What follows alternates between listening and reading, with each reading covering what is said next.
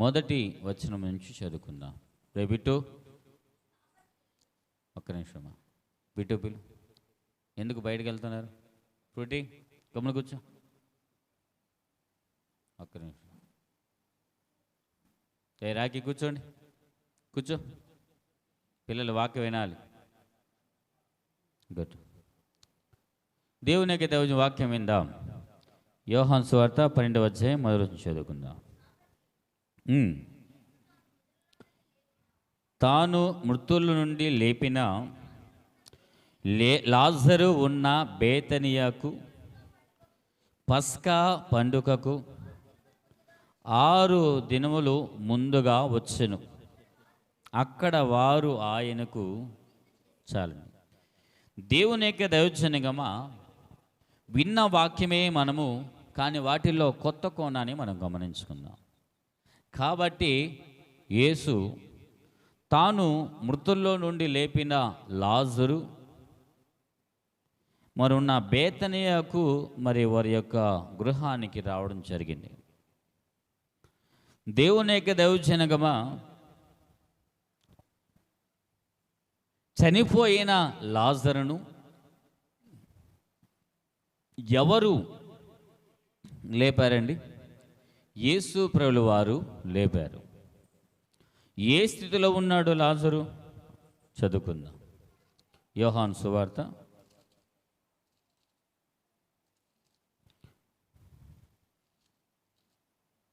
చదవండి. ఎస్, యేసు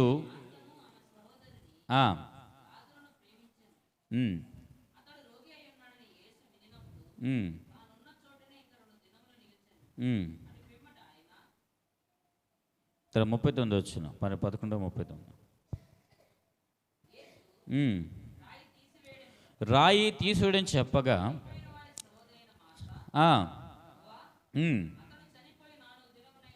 చనిపోయి 4 దినములైనదని గనుక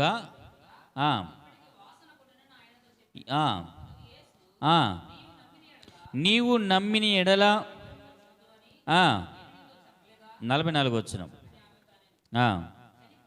చనిపోయిన వాడు కాళ్ళు చేతులు ప్రేత వస్త్రంలో కట్టబడిన వాడే. అంటే దేవుని యొక్క దైవజనగమా, లాజరు యొక్క పరిస్థితి ఏ విధంగా ఉంది? లాజరు యొక్క పరిస్థితి సమాధి చేయబడిన పరిస్థితి. లాజరు యొక్క పరిస్థితి కాళ్ళు చేతులు పేతర వస్త్రముతో కట్టబడిన వాడై ఉన్నాడు. లాజరు యొక్క పరిస్థితి వాసన కొట్టిన పరిస్థితి. లాజరు యొక్క పరిస్థితి చనిపోయిన స్థితి. ఎవరి దృష్టిలో? లోకం దృష్టిలో చనిపోయారు, మార్తా దృష్టిలో చనిపోయారు, మరియా దృష్టిలో చనిపోయారు, యూదుల దృష్టిలో చనిపోయారు, శిష్యుల దృష్టిలో చనిపోయారు. కానీ ఒక్కరి దృష్టిలో మాత్రమే ఆయన నిద్రించి ఉన్నాడు. కాబట్టి నిద్రించిన వాణిని మనం లేపుదాం పండి అని దేవుని యొక్క లేఖనాలు ఉన్నాయి. అది కూడా చదువుకుందాం మాట.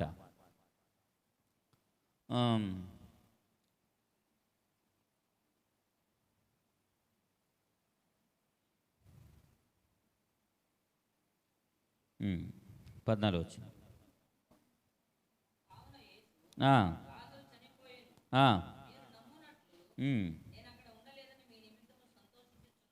పన్నెండు వచ్చును 11 ఇంకా 11 నుంచి ఆయన మా చెప్పిన తర్వాత, మన స్నేహితుడైన లాజరు నిద్రించుచున్నాడు, అతని మేలు కొలప వెళ్ళుచున్నామని వారితో చెప్పగా శిష్యులు అతడు నిద్రించిన ఎడల బాగుపడును అనేది. దేవుని యొక్క దైవజనగమా, కేవలం ఒక యేసు ప్రభు యొక్క దృష్టిలోనే లాజరు చనిపోయే స్థితిలో ఉన్నాడు. ఎవరు? ఇలా బతికిన స్థితిలో, నిద్రించిన స్థితిలో ఎవరు దృష్టిలో ఉన్నారు? యేసు ప్రభు యొక్క దృష్టిలో మాత్రమే ఉన్నారు. మిగిలిన వారి దృష్టిలో అంతా ఈ మిగిలిన దృష్టి వాళ్ళు లాజరు చనిపోయి ఉన్నాడని మనం ఖచ్చితంగా వింటున్నాం. అయ్యా వాసన కొడుతుంది, అయ్యా వాసన కొడుతున్న లాజరు కాటికి ఏమి వెళ్దాం, అతను రాయి పొర్లించబడింది కాబట్టి వద్దులేయ్యా, హ్యాపీగా కావాలంటే మా ఇంటికి రండి, ప్రార్థించండి, తర్వాత మీరు వెళ్ళిపోండి అన్నట్టుగా దేవుని యొక్క దైవజనక మాట తన యొక్క మాటలను చెప్తూ ఉంది. దేవుని యొక్క దైవజనకమా, కానీ యేసు ప్రభువుల వారు ఎంతో విశ్వాసంతో తనకు శక్తి కలిగిన వాక్యముతో మాటలు చెప్తున్నాడు. అతను నిద్రించుచున్నాడు, లేపుదాం వెళుదాము రండి అని తన శిష్యుల్ని పిలుస్తున్నాడు. దేవునికి దైవజనకమా, ఈ మాటలంటూ దేవునికి దైవజనకమా, లేపిన మృతుల నుండి లేపిన లాజరుడు అనే మాట ఉంది. ఈరోజు దేవుని దైవజనకమా, లాజరు యొక్క స్థితి ఈరోజు మన సంఘాలలో ఉంది. లాజరు యొక్క స్థితి మన కుటుంబాల్లో ఉంది. లాజరు యొక్క స్థితి మన వ్యక్తిగత జీవితాల్లో ఉంది. లాజరు యొక్క స్థితి మన యొక్క సాక్ష్యం కలిగిన జీవితంలో ఉంది. లాజరు యొక్క స్థితి మన సాక్ష్యం రూపంలో ఉంది. ఎందుకంటే దేవుని యొక్క దైవజనకమా, చనిపోయిన స్థితి, కంపు కొట్టిన స్థితి, కట్టబడిన స్థితి, రాయి పొలించబడిన స్థితి, రాలేని స్థితి, ఈరోజు సమస్తమైన వైఖరి కలిగిన జీవితము లాజరు యొక్క జీవితంలో ఉంది.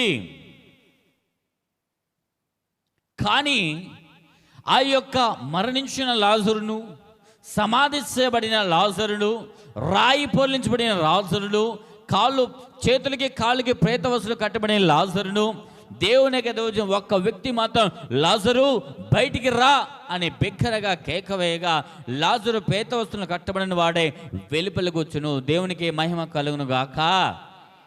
ఎందుకంటే యేసు ప్రభు శక్తిమంతుడు. లాజరు విశ్వసించాడా? రే మార్త, నువ్వు భయపడవకు, నేను చనిపోవడం లేదు, నేను 4 రోజుల తర్వాత మళ్ళీ వస్తాను, యేసు ప్రభు వస్తాను చెప్పాడా? లేదు. మార్తదేమి చెప్పాడా? మార్త, ఎందుకు ఏడుస్తున్నావు? నేను చనిపోవడం నిద్రపోతున్నా, యేసు ప్రభు వచ్చి లేపుతాడులే చెప్పాడేమే. లాజరు మరియా కాడికి వచ్చి, మార్త కాడికి వచ్చి, మరియా ఎందుకు ఏడుస్తావు? మరి అక్క ఎందుకు ఏడుస్తావు? అక్క నేను వచ్చాను కదా, నేను ఉన్నాను కదా, నువ్వు ఎందుకు ఏడుస్తావు? 4 రోజుల తర్వాత చెప్పాడా? లాజరుకు తెలీదు నేను చనిపోతానని, మార్తకు తెలీదు తిరిగి లేపడతాడని, మరియకు తెలీదు మరలా లాజరు తిరిగి లేపడతాను. కానీ ఒక్కరికి మాత్రం తెలుసు, ఆయనే నజరేయుడైన యేసుక్రీస్తు. దేవునికి మహిమ కలుగును గాక. దేవునికి ప్రేమించిన లాజరు అనే మాట ఇందాకే చదువుకుందాం. 11వ అధ్యాయం మొదటి వచనం.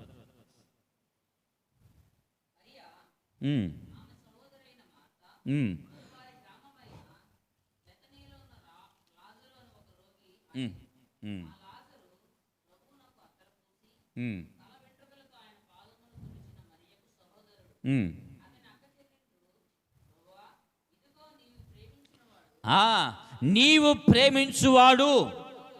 యేసు ప్రభు లాజర్ని ప్రేమించాడు.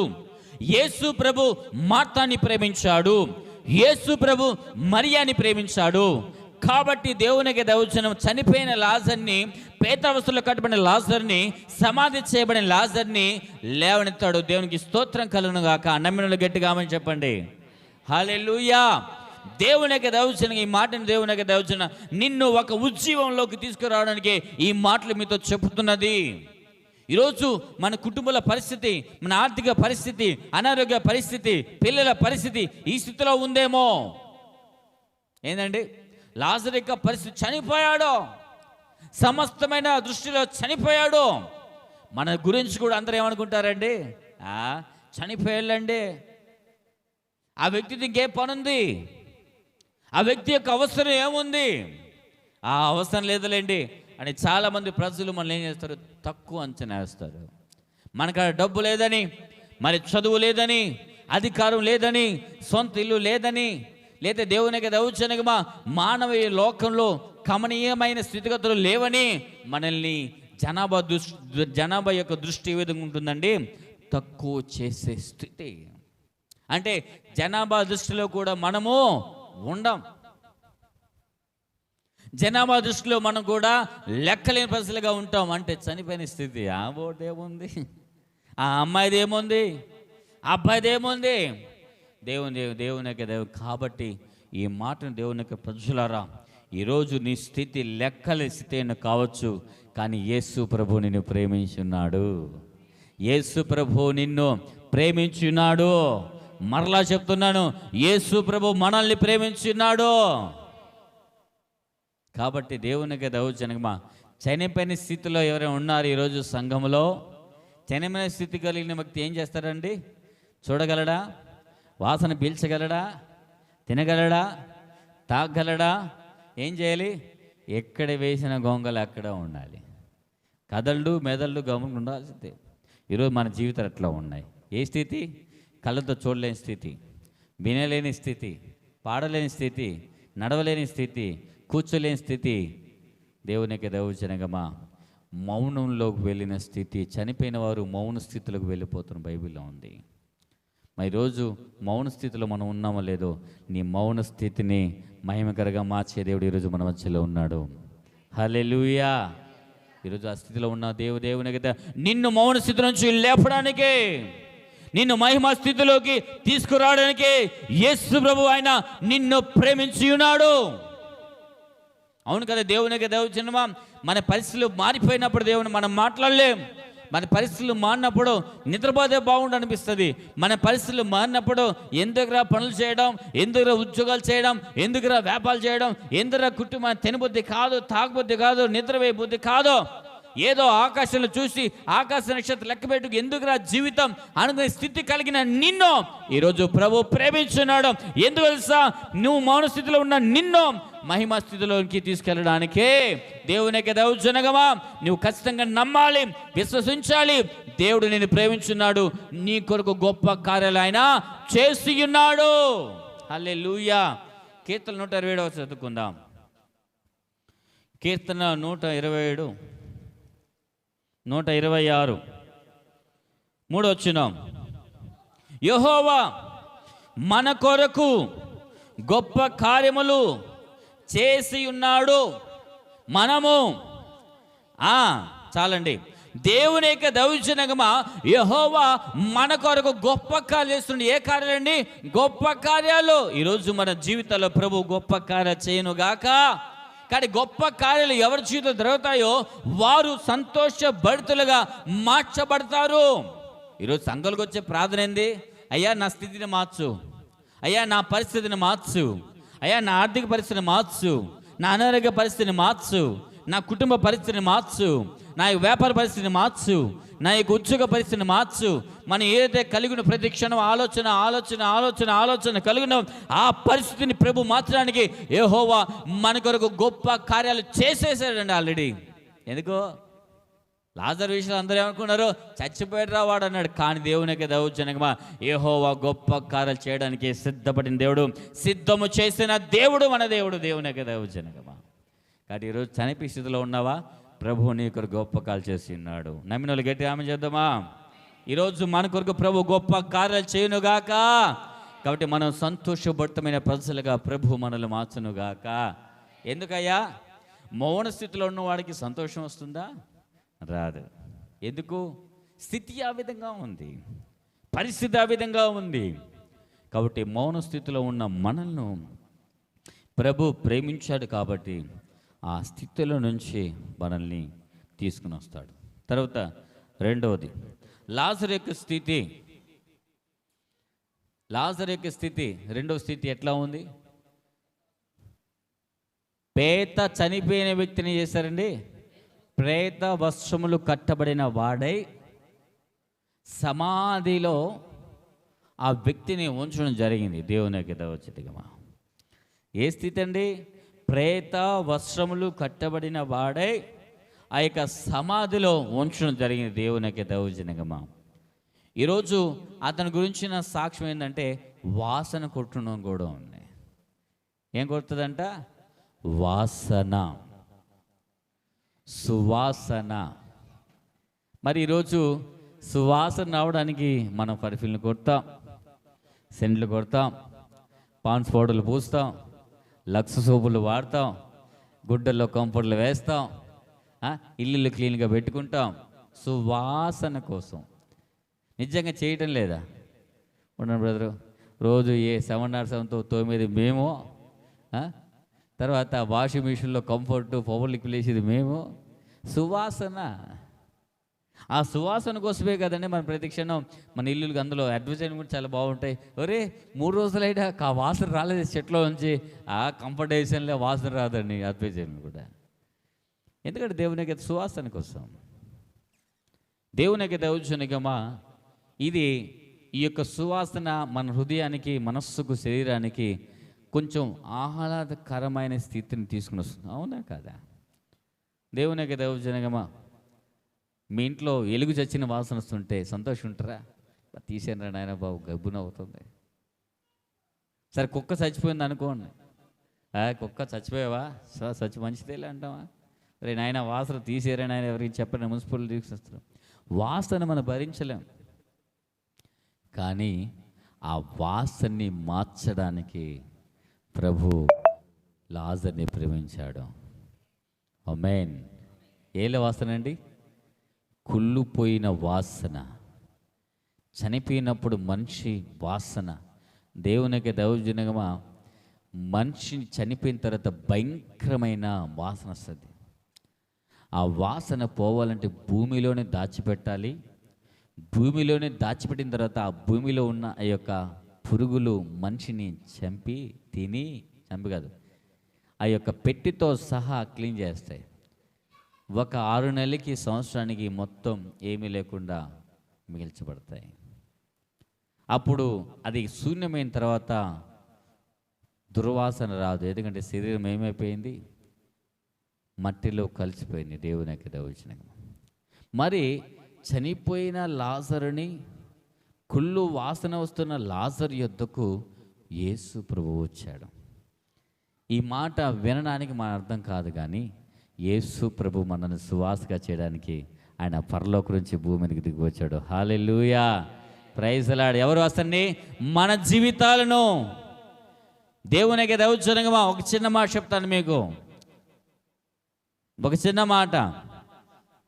మీ పిల్లలు ఎగ్జామ్స్లో ది బెస్ట్ మార్క్స్ వచ్చారంటే మీరు ఏం చేస్తారండి? ఎవరికి ఆనందం? తల్లిదండ్రులకే కదా. ఎవరైనా వచ్చి అమ్మా మీ కూతురు ఫోటో అక్కడ సంతపేట మార్కెట్లో చాలా పెద్దదిగా కనిపించారు, నిజమేనా? నా కూతురే అండి. ఏమి పాస్ మార్క్స్ వచ్చాయి కదండి. అవునా?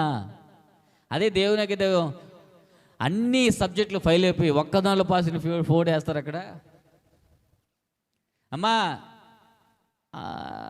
ఆమె ఫోటో వేశారు, నీ కొడుకు ఫోటో వేయలేదు, ఏం జరిగింది? అయ్యా మా పిల్లోడు చదవలేదే, ఎగ్జామ్ ఫెయిల్ అయ్యాడు. అవునా? ఎగ్జామ్ ఫెయిల్ అయ్యాడా? ఆ తల్లి సంతోషం చెప్పుకోగలదా? ఆ తండ్రి సంతోషంగా చెప్పుకోగలడా? ఏం చేస్తారు? ఎవరికి కనిపిస్తే ఎవరు ఏమనుకుంటారో అని ఇంట్లో కూర్చొని గమ్ము ఉంటారా? దేవునికి ఇది ఒక పరిమళ జీవితం. మన పరిస్థితులన్నీ చక్కదిద్దుకుంటూ వెళ్తూ ఉంటే దేవునికి వచ్చి మన జీవితాలు పరిమళమైన వాసనగా ఉంటాయి.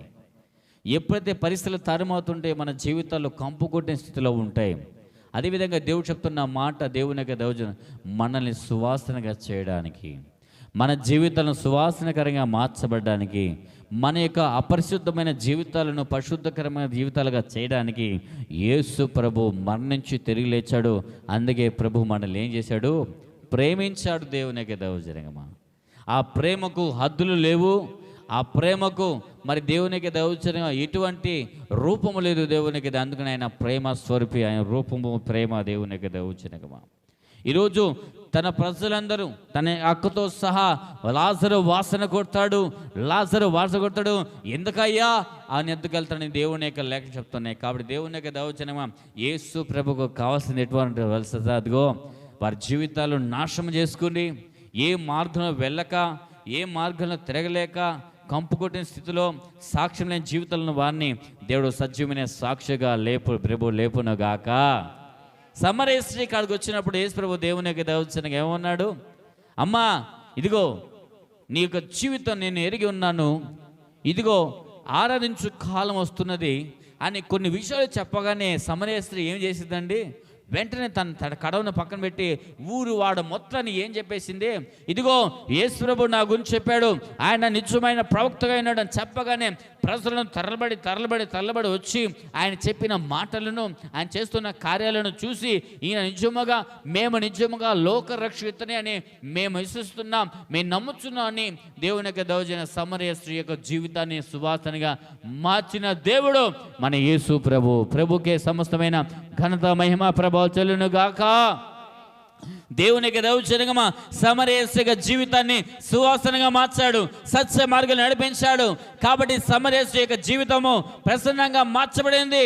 ఈరోజు ఈ లేఖన భాగ్యాలు వింటున్న దేవునికి దైవజనమా, నిన్ను చూసిన వాళ్ళు లెక్క చేయకుండా ఉండొచ్చేమో, నిన్ను చూసిన వాళ్ళు ఈ స్త్రీ పాపం కలిగిన స్త్రీ, ఈ పురుషుడు పాపం కలిగిన స్త్రీ, ఈడొక్క నోటి మాటలు ఈ విధంగా ఉంటాయి, ఇతని జీవితం ఈ విధంగా ఉంటుంది, ఇతని పరిస్థితి ఈ విధంగా ఉంటుంది, మన వ్యక్తిగత సాక్ష్యం గురించి, మన కుటుంబం కలిగిన సాక్ష్యం గురించి విమర్శ చేయొచ్చేమో, లెక్కల స్థితిలో ఉండొచ్చేమో. కానీ దేవునికి దైవజనమా, ఈరోజు దేవుని యొక్క లేఖలు చెప్తున్నాయి, ముద్ర వేయబడిన నిన్ను, అవమానించబడిన నిన్ను, లెక్కలే నిన్ను ప్రభు నిన్ను సువాసనగా మార్చునుగాక.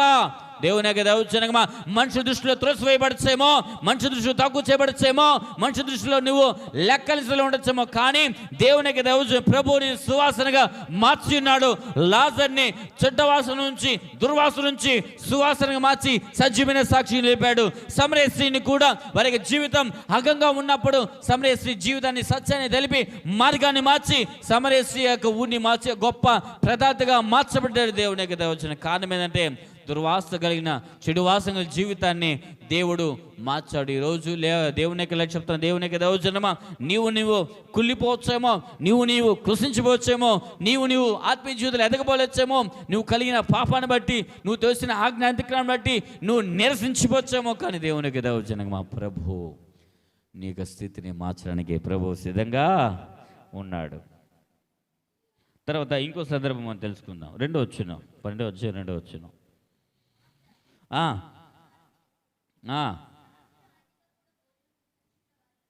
లాజరు ఆయనతో కూడా మార్త ఏం చేస్తుందండి? ఉపచారం చేస్తుంది.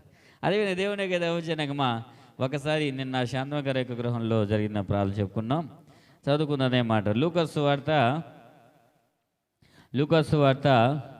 10వ అధ్యాయము 38వ వచనం చదువుకుందాం.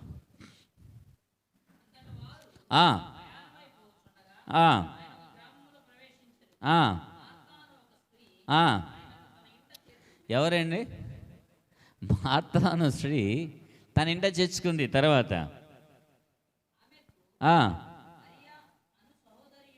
40 వచనం.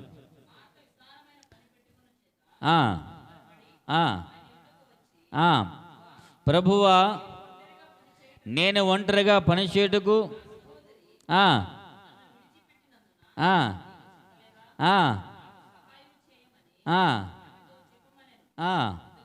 అందుకు ప్రభు మార్తా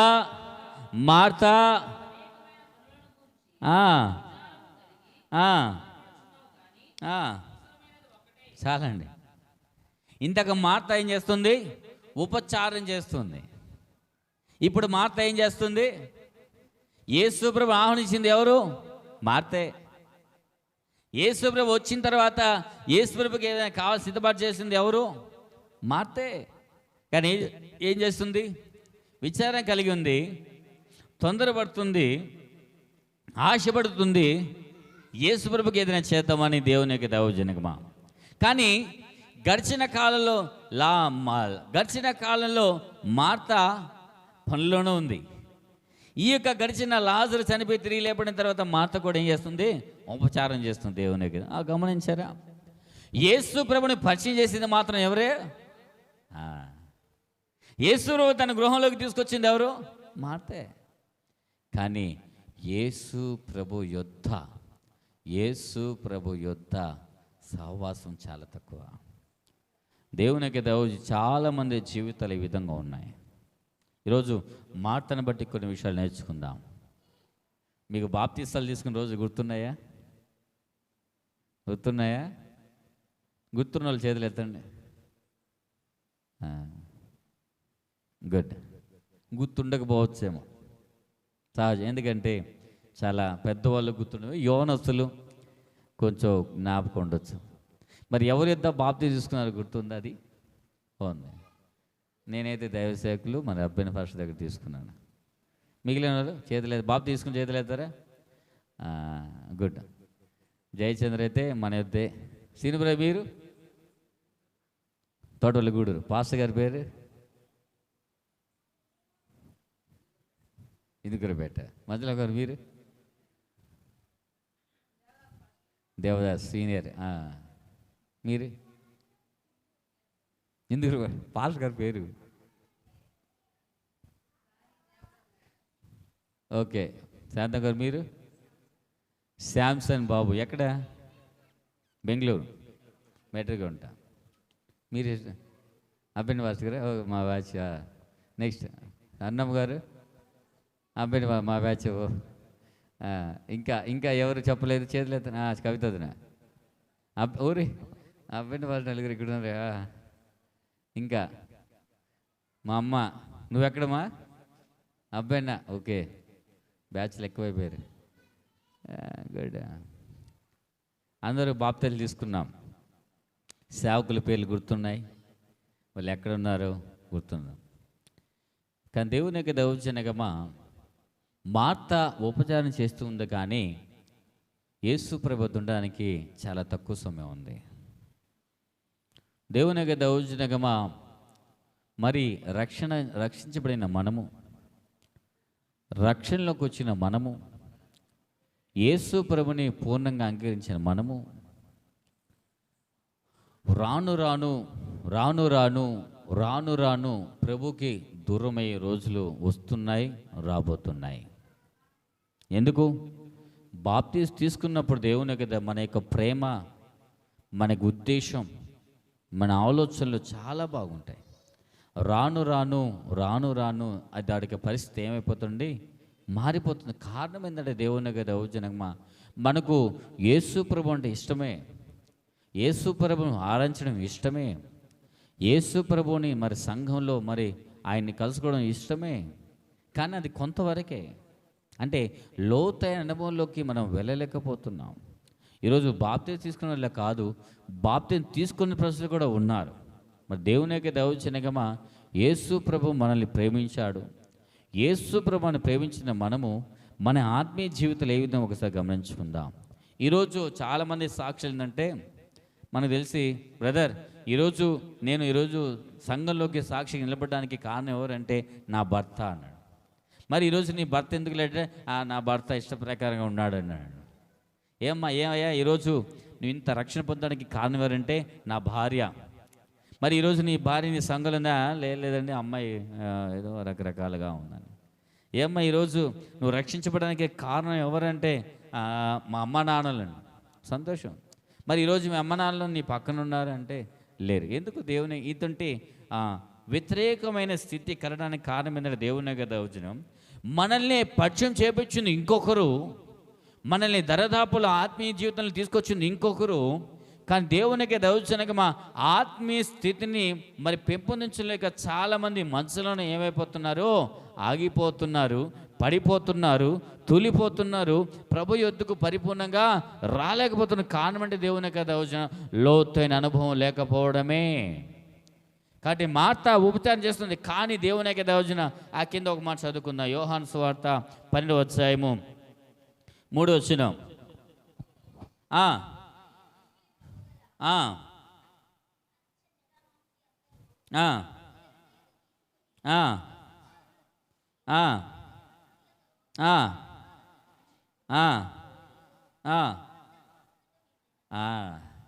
ఇక్కడ లూకా సువార్తలో ఏముందండి? 11వ అధ్యాయంలో 10వ అధ్యాయంలో 39వ వచనం. ఈమెకు మరియా అనే సహోదరు ఉండిను,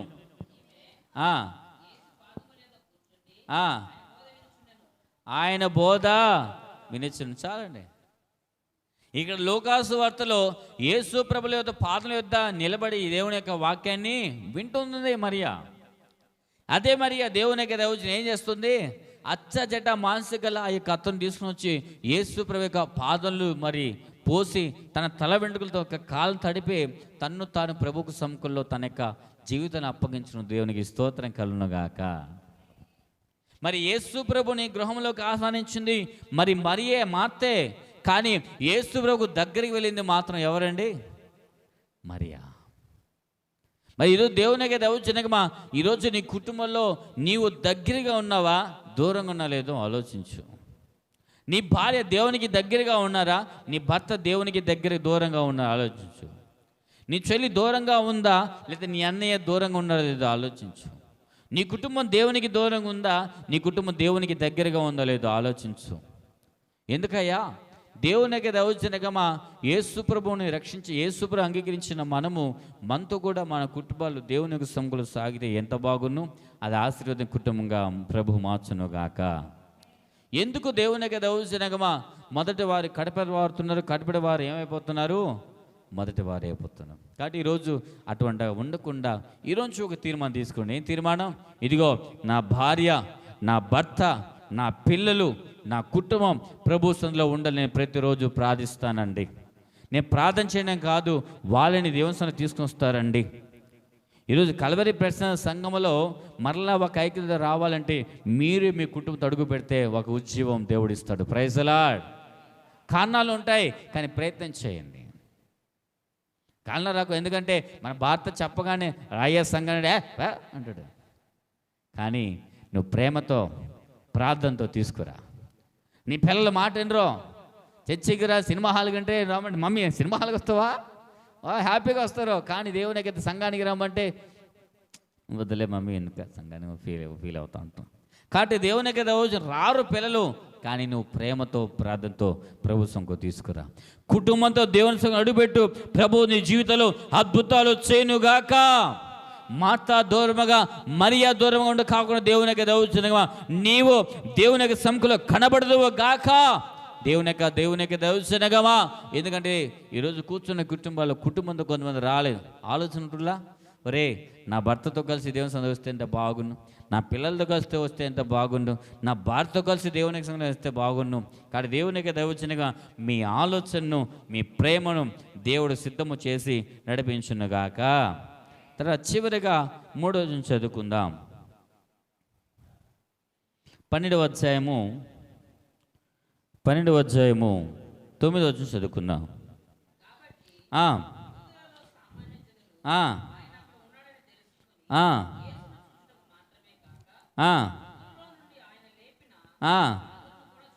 చూసారండి, లాజరు యొక్క జీవితాన్ని అనేక మందిని ప్రభావితం చేసింది. ఈ ప్రభావితం చేయడానికి కారణం ఎవరండి? యేసు ప్రభు. యేసు ప్రభు అంత ప్రభావితం చేయడానికి కారణం ఏంది? ఆయన ప్రేమించాడు. ఈరోజు దేవునికి దౌర్జన్యమా, ఈరోజు నీకు వచ్చి నీ కాడికి వచ్చే ప్రజలందరూ నిన్ను విమర్శించడానికి, నిన్ను తిట్టడానికి, నిన్ను నిందించడానికి, నిన్ను అవమానించడానికి, నిన్ను ఇబ్బంది పాలు చేయడానికి వస్తున్నారు. కానీ రేపు రానులో వచ్చే ప్రజలందరూ నిన్ను గణపరచడానికి రాబోతున్నారు. హల్లెలూయా. నమ్మినలో గట్టిగా ఆమేన్ చెప్పండి. దేవునికి దౌర్జన్యమా, ఆమేన్. ఎందుకయ్యా ఇది అసాధ్యం? నా పరిస్థితి నీకు ఏది తెలుసాయా? నా పరిస్థితి తెలియదు. కానీ నీ పరిస్థితి దేవునికి తెలుసు. నీ పరిస్థితికి నీ భార్యకు తెలియదేమో, నీ పరిస్థితి నీ భర్తకు తెలియదేమో, నీ పరిస్థితి నీ పిల్లలు తెలియదేమో, నీ పరిస్థితి సంఘానికి తెలియదేమో, కానీ నీ పరిస్థితి దేవునికి మాత్రమే తెలుసు. నిన్ను గంతగా మార్చడానికి, ఘనమైన కార్యముగా మార్చడానికి దేవునికి దౌర్జన్యమా. యేసు ప్రభునే కాదు, యేసు ప్రభుతో కూడా లాజరును కూడా చూడడానికి ప్రజలు తరలి వచ్చారంట. దేవుని యొక్క గొప్ప విశేషాన్ని చూడడానికి దేవునికి దౌర్జన్యమా. ఈ వాక్యం దేవునికి దౌర్జన్యమా. ఈరోజు మనల్ని లెక్కలేని ప్రజలు, విమర్శించే ప్రజలు, అబద్ధాలడే ప్రజలు, నిందించే బడులు, కోపడే ప్రజలు, అనేక ప్రజలున్న వారి ఎదుట ప్రభు నిన్ను లేవనెత్తునుగాక. మృతుల నుండి లేపిన లాజరును ఈరోజు నిన్ను మృతుల నుండి లేపి ఘనమైన కార్యముగా ప్రభు నిన్ను చేయునుగాక. ఘనమైనవి నీ కార్యములు నా ఎడల, స్థిరమైనవే నీ ఆలోచనలు నా యేసయ్యా. ఘనమైనవి నీ కార్యములు నా ఎడల, స్థిరమైనవి నీ ఆలోచనలు నా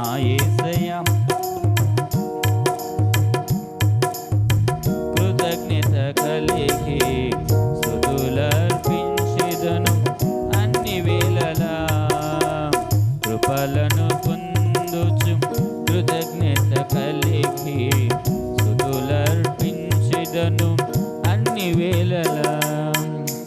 అనుదినము నీ అనుగ్రహమే ఆయుష్కాలము నీ వరమే. అనుదినము నీ అనుగ్రహమే ఆయుష్కాలము నీ వరమే. ఘనమైనవి నీ కార్యములు నా ఎడల, స్థిరమైనవి నీ ఆలోచనలు నా యేసయ్యా. ఘనమైన కార్యములు ప్రభు మనలా చేయబోతున్నాడు. సంతోషభరితులవుతాం, సంతోషంగా ప్రభుని కీర్తిద్దాం. లాజరును లేపిన దేవుడు, మార్తను లేపిన దేవుడు, మరియ జీవితాన్ని మార్చిన దేవుడు ఈరోజు మన జీవితంలో ఘనమైన కార్యములు ప్రభు చేయనుగాక. సంతోషంగా ఆమేన్.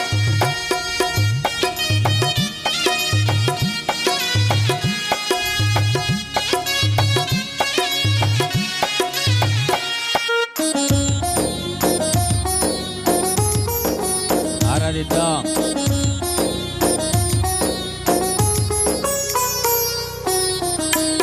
ఏ తెగులు సమీపించనీయక, ఏ కీడైనా దరి చేరనీయక,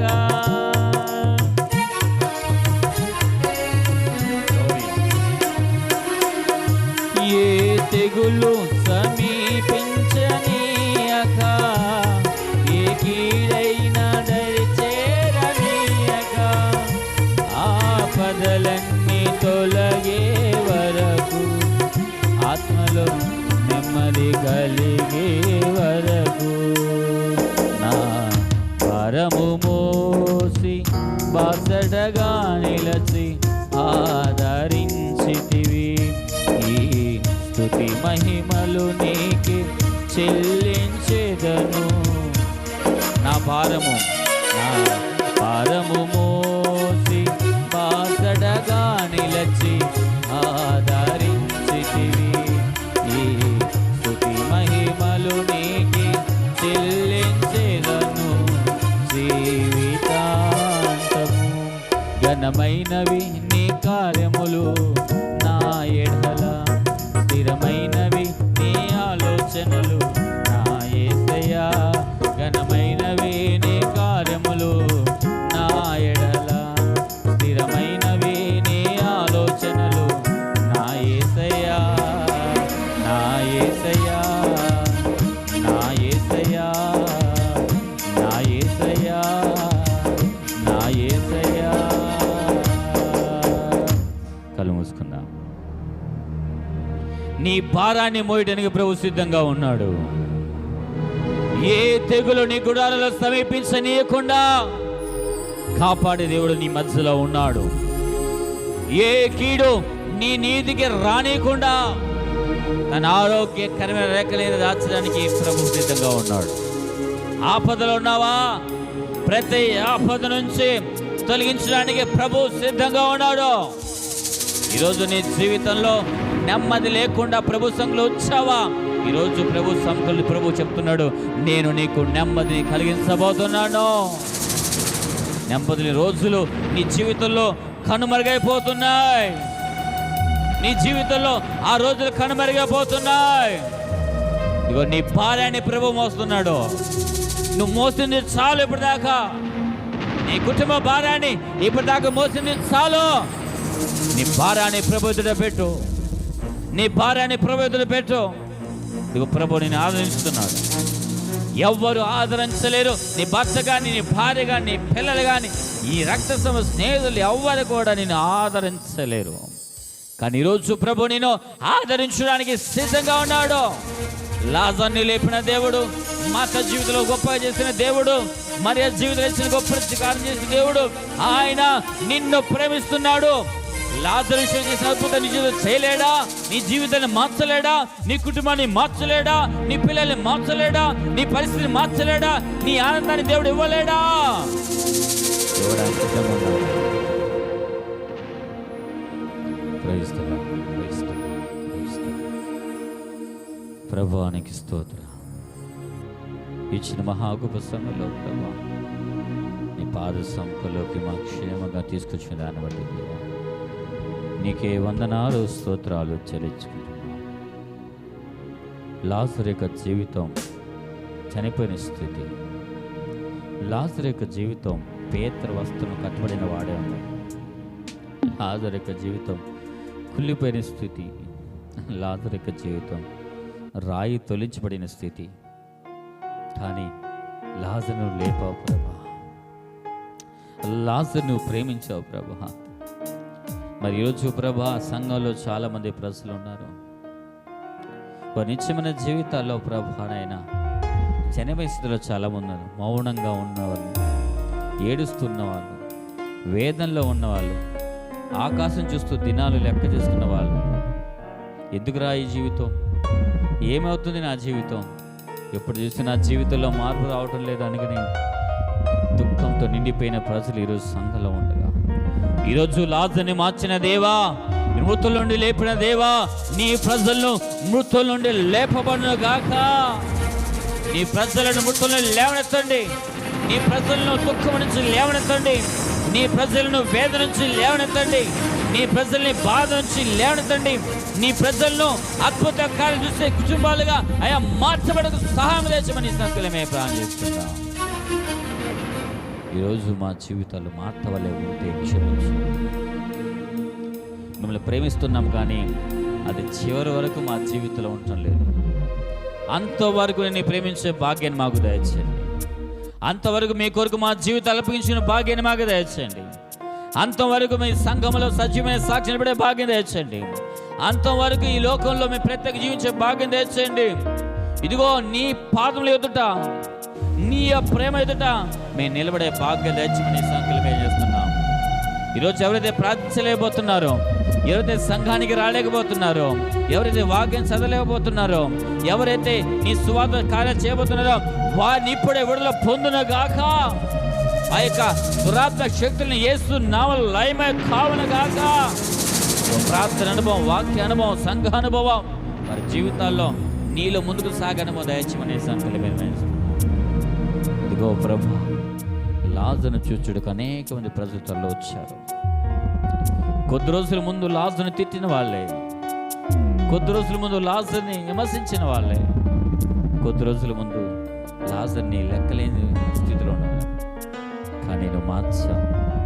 ఈరోజు సంఘంలో చాలామంది ప్రజలు అయ్యా వారి బంధువుల చేత, వారి మిత్రుల చేత, వారి కుటుంబస్తుల చేత, అప్పుల వాళ్ళ చేత, వడ్డీ వ్యాపారుల చేత, ఇదిగో నమ్మకమైన వారి చేత మోసగించబడి, అవమానించబడి, నిందించబడి, కన్నీరు కాసనబలకుండా వెలి ఉండగా ప్రభా, లాజరుని అద్భుతం చేసిన దేవా, నీ ప్రజల జీవితంలో ఈరోజు అద్భుతం చేయండి. మార్గంలో తెరవ చేయండి, మార్గంలో చేయండి. నువ్వు సహాయం చేసే దేవుడవు, లేవనెత్తే దేవుడవు, పెంట గొప్ప ముందు ఉన్న వారిని అధికారం ఇచ్చే దేవుడవు. నీ ప్రజలని ఉన్నతమైన స్థాయిలోకి తీసుకెళ్ళమని, ఘనమైన కార్యాలు వారి జీవితంలో జరిగే సహాయం చేసి సంకల్పిస్తున్నాం. ఈ కలువరి ప్రశ్న సంకలన ప్రతి ఒక్క బిడ్డను దీవించమని సంకల్పం చేస్తున్నాం. వారి మార్గాలు తెరచేసి లాజరు యొక్క జీవితం ఉన్నతంగా మార్చిన దేవా, ఈరోజు నీ ప్రజల జీవితాలు కూడా ఉన్నతంగా మార్చి ఘనమైన కార్యాలు మా జీవితంలో చేయడానికి సహాయం తెచ్చమని సంకల్పం చేస్తున్నాం. సంతోషభరితమైన ప్రజలుగా మేము ఉండడానికి సహాయం తెచ్చమని, మరి నీ సంఖ్యలో ఉండగా మా ప్రార్థన మీరు ఎంకించి నీ సంఖ్యలో విజ్ఞాపన చేస్తున్నాం. ఇగో ప్రభా, భర్త కోసం, భార్య కోసం, పిల్లల కోసం, కుటుంబం కోసం, ఉద్యోగం కోసం, వ్యాపారం కోసం, వ్యవసాయం కోసం, వారి పరిస్థితుల కోసం, అప్పుల కోసం, ఆర్థిక ఇబ్బందుల కోసం, గర్భఫలం కోసం, వివాహాల నిమిత్తం, చదువుల కోసం, రకరకాల పరిస్థితులు గుండా ఈరోజు వచ్చి ప్రార్థించుండగా అయ్యా అద్భుతం చేయమని సంకల్పం చేస్తున్నాం. వారి ప్రార్థనలు అంగీకరించమని సంకల్పం చేస్తున్నాం. మరి ఈరోజు ప్రభా, మరి అయ్యా, మరి మా మామగారిని కందేని జ్ఞాపకం చేసుకో. మరి ఈరోజు మా మనసులో లేడు, విడబడ్డాడు. కానీ విడబడిన కుటుంబం కన్నీరుతో ఉంది. ఆదరణ దయచేయమని సంకల్పం ప్రార్థిస్తున్నాం. సంపూర్ణ విమోచన దయచేయమని సంకల్పం చేస్తున్నాం. ఇదిగో ప్రభా, మరి కావలసిన సహాయాన్ని అనుగ్రహింపచేయమని సంకల్పం చేస్తున్నాం. మరి ఈరోజు కీర్తన బర్త్డే ఉండగా తన బిడ్డను దీవించండి. ఆ బిడ్డ చుట్టూ కంచి వేయండి. అయా పుట్టినరోజున బిడ్డ దీవించమని, నూతన ఆశీర్వాదం గుండా, నూతనమైన కార్యాలు గుండా బిడ్డను వెలుడుకు సహాయం చేసమని సంకల్పం చేస్తున్నాం. మరి ఈరోజు మరి హెల్త్ ఫండింగ్ అనే ఒక ఆలోచన వచ్చిండగా అయ్యా, నీ ప్రజలు ఆర్థిక పరిస్థితులు ఉన్నప్పుడు సంఘము సహాయం చేసే విధంగా మార్చుకు సహాయం తెచ్చండి. ఏ యొక్క విశ్వాస కూడా ఆర్థిక పరిస్థితులు నలిగిపోకుండా, ఏ యొక్క విశ్వాస కూడా డబ్బు లేదని చనిపోకుండా ప్రభా, మరి హెల్త్ ఫండింగ్ సిస్టమ్ మరి అయ్యా సిద్ధపాటు చేయమని సంకల్పం వేస్తున్నాం. కావాల్సిన ఆర్థిక సహాయం చేయమని సంకల్పం జ్ఞాపం చేస్తున్నాం. మరి సంఘంలో ఒక క్రమశిక్షణ వచ్చుటకు, ప్రతి ఒక్కరూ ఒకే మాట మీద ఉండడుకు సహాయం చేసుకుని నీకే వందనాలు స్తోత్రాచరించుకుంటాం. ఇదిగో మమ్మల్ని, మా కుటుంబాలను, సంఘాలను నీ చేతిగా చెప్పు. మరి గురువారం మరి లక్ష్మీకృష్ణ గారు మరి మాటలు చెబుతుండగా నీకు మాని వాడుతుంది. ఈరోజు ప్రత్యేక వచ్చిన మరి కృపణని, మరి జయచంద్ర, మరి పాల్దేవుడు అయ్యా వాళ్ళని దీవించిన కుటుంబాలు వచ్చింది. గో ప్రభా, వైద్య బృందములను ప్రభానైనా వారు ప్రయాసపడి వస్తున్నా వారిని చూసే దేవుడు నీవు, మన హెచ్చించే దేవుడు నీవు, వారి కుటుంబాల్లో కాల్ చేసే దేవుడు నీవు. గో ప్రభా, వారు సహోదర ఐక్యత కోసం ఇవన్నీ చేస్తుండగా మరి జీవితాలు ఘనమైన కాల్ చేయమని నీకే వందనాలు చెల్లించుకుంటూ నా కుటుంబాన్ని కూడా దీవించం పిలచమని, అమ్మగారి జ్ఞాపకం పిలచమని, సంతోషభరితమైన జీవితంగా మార్చమని యేసుక్రీస్తు నామంలో ప్రార్థన చేస్తున్నాము తండ్రి, ఆమేన్. నా ప్రాణమా యెహోవాను స్తుతించుము, నా అంతరంగ సమస్తమా ఆయన పరిశుద్ధను స్తుతించుము. నా ప్రాణమా యెహోవాను స్తుతించుము, ఆయన చేసిన ఉపకారాలు దేనిని మరొకము. ఆమేన్. తండ్రి, కుమార, పరిశుద్ధ కృప నిత్యము తోడయుండి నడిపించుదుగాక. హల్లెలూయా. ఆ దేవునికి దౌర్జన్యమా మన సంఘంలో మీతో పాటు అనేక మంది సంఘస్థులు దేవునికి పని తీసుకురండి. అదేవిధంగా రానున్న రోజుల్లో మీ ప్రాంతాల్లో మీ కుటుంబంలో ఎంతో శుభ జరిగేటట్లుగా ప్రార్థించండి. అదేవిధంగా మనకంటూ సంఘం లేదు కాబట్టి స్థలాన్ని ప్రభు దయచినట్లుగా ప్రార్థించండి. Praise the lord.